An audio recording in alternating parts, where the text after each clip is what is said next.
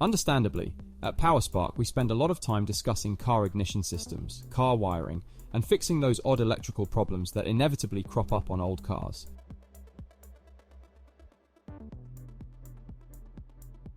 In this video, we talk through some of the tools we wouldn't want to be without when tackling an ignition or wiring issue.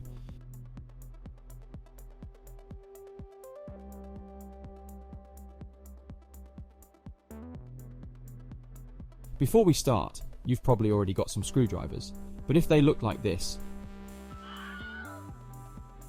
just get yourself a set of half-decent new ones. Inexpensive and always useful. Just don't use them to stir paint.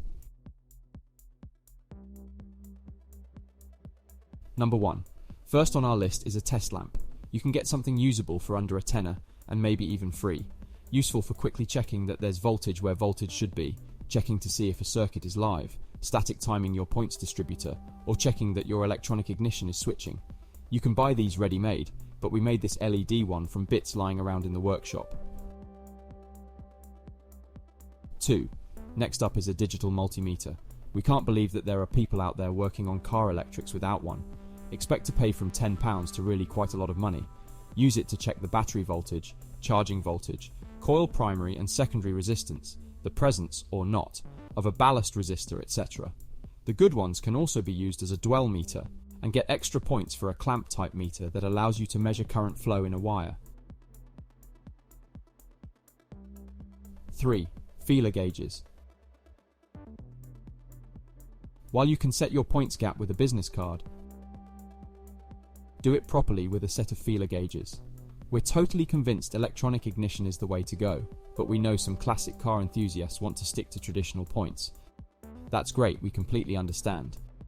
We get it, but if you are keeping it old school, you'll need a set of feeler gauges.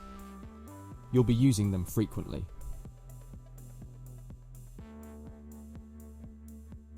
4. Crimping tool. At some point you're going to need to shorten wire, or lengthen wire. Without a crimping tool to attach the right type of connection terminals, you're bodging it. At best, you're looking at a breakdown.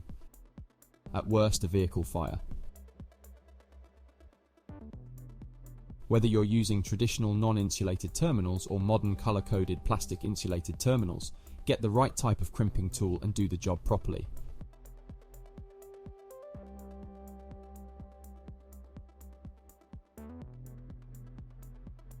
5. Stroboscopic timing light.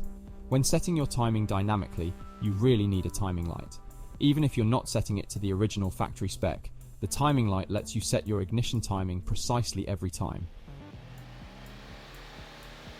We have the basic TL100, the adjustable TL200, and the digital TL300.